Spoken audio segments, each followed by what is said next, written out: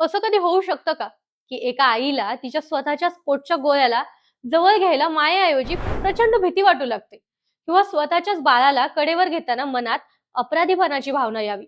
ऐकायला हे खूप भयानक वाटतंय ना? बाळ जन्माला आल्यानंतर प्रत्येक आई जगातील सर्वात आनंदी स्त्री असते.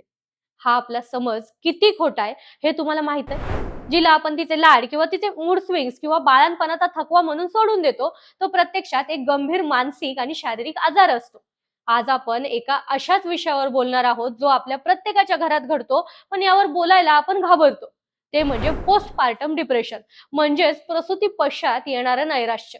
आता हे नक्की काय आहे आणि याकडे का लक्ष द्यावं, चला सविस्तर जाणून घेऊयात. नमस्कार, मी आहे भाग्यश्री आणि तुम्ही पाहताय लेट्स अप मराठी. या विषयाकडे केवळ भावनिक दृष्टिकोनातून न बघता जरा विज्ञानाने आणि त्याचबरोबर जागतिक आकडेवारीचे पुरावे देऊन पाहूयात.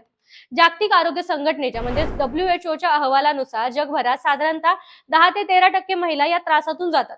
पण जेव्हा आपण भारताचा विचार करतो तेव्हा हा आकडा केवळ थक्क करणारा आहे आपल्याला.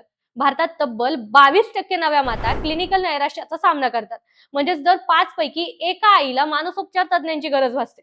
आता वैद्यकीय संशोधन असं सांगतं की हा निव्वळ मनाचा खेळ नाहीये, तर हा एक बायोलॉजिकल क्रॅश आहे. गरोदरपणात स्त्रीच्या शरीरात इस्ट्रोजन आणि प्रोजेस्टेरॉन या दोन हार्मोन्सची पातळी सर्वोच्च असते.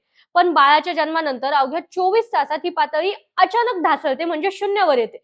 मानवी शरीराच्या इतिहासातील हा सर्वात मोठा हार्मोनल बदल आहे की जो आपल्या शरीरात होतो, जो मेंदूतील न्यूरोट्रान्समीटर्सचं पूर्णपणे जे काम आहे तेच विस्कळीत करतो. यातच मिळणारी अपुरी झोप मेंदूच्या अमिगडाला या भागावर थेट परिणाम करते, जिथून मानवी भीती आणि भावना नियंत्रित होतात. यामुळे ही नैराश्याची भावना अधिक जास्त प्रबळ होत जाते. पण आता यात आपल्याला यातील क्लिनिकल फरक समजून घ्यावा लागणार आहे. बाळंतपणानंतर होणाऱ्या त्रासाचे दोन मुख्य प्रकार असतात, ज्यात समाज नेहमीच गल्लत करतो. सगळ्यात पहिलं म्हणजे बेबी ब्ल्यूज. हे प्रसूतीनंतर सुमारे 70 ते 80% महिलांमध्ये दिसतं. यात हलका थकवा किंवा चिडचिड असते की जी पहिल्या 2 आठवड्यांमध्ये कुटुंबाच्या सोबतीनं आपोआपच बरी होते. पण दुसरी गोष्ट ही म्हणजे पोस्टपार्टम डिप्रेशन, ज्याला पीपीडी म्हणूनही ओळखतात. हा एक गंभीर वैद्यकीय आजार आहे की जो फक्त 15 ते 22% महिलांमध्येच आढळतो. हा त्रास महिने किंवा वर्षानुवर्ष टिकू शकतो. यात आईला स्वतःच्याच बाळाची अनामिक अशी भीती वाटू लागते. मी एक चांगली आई नाहीये, हा अपराधीपणा त्यांना छळतो आणि टोकाच्या प्रकारांमध्ये तो स्वतःला किंवा बाळाला इजा करण्याचे विचार देखील त्यांच्या मनात येतात. आता यासाठी सायकॅट्रिस्ट किंवा थेरपिस्टची मदत घेणं अनिवार्य असतं. आता मुख्य प्रश्न हा येतो की जर हा आजार एवढा गंभीर आहे, तर आपल्या आरोग्य यंत्रणेत यावर उपाय काय आहेत? जागतिक पातळीवर प्रसूती पश्चात नैराश्य तपासण्यासाठीच म्हणजेच EPDS नावाच्या 10 प्रश्नांच्या एका डिजिटल चाचणीचा वापर केला जातो, जी प्रत्येक प्रसूतीनंतर अनिवार्य असते.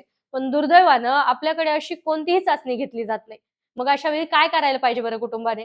तर कुटुंबाने आणि त्या पतीनं तिची कशी काळजी घ्यायला हवी, यावर विज्ञानाने काही सोपे 2 ते 3 उपाय सांगितले. सगळ्यात पहिलं, न्यूरोलॉजिकल अभ्यासानुसार मेंदूतील विस्कळीत झालेले हार्मोन्स पुन्हा पूर्वपदावर आणण्यासाठी नव्या आईला 24 तासातून किमान 4 तास ही सलग अखंड झोप मिळणं गरजेचं आहे.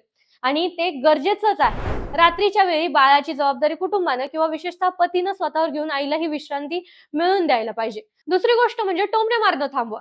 आम्ही पण मुलं वाढवलीत बाई, आमची नव्हती एवढी नाटकं आमच्या वेळेला, किंवा तू तुझं खालीच खंबीर ठेव, असं कर तसं कर, हे खा हे खाऊ नको, हे सल्ले देणं बंद करा. तिची चिडचिड किंवा तिला रडू येणं हा ती मुद्दामून करत नाही, हा तिच्यात होणारा बदल आहे. तर ते तिच्या शरीरातल्या होणाऱ्या बदलांमुळे हे कुटुंबानं समजूनच घेतलं पाहिजे. तिसरी आणि महत्वाची गोष्ट म्हणजे वैद्यकीय उपचार.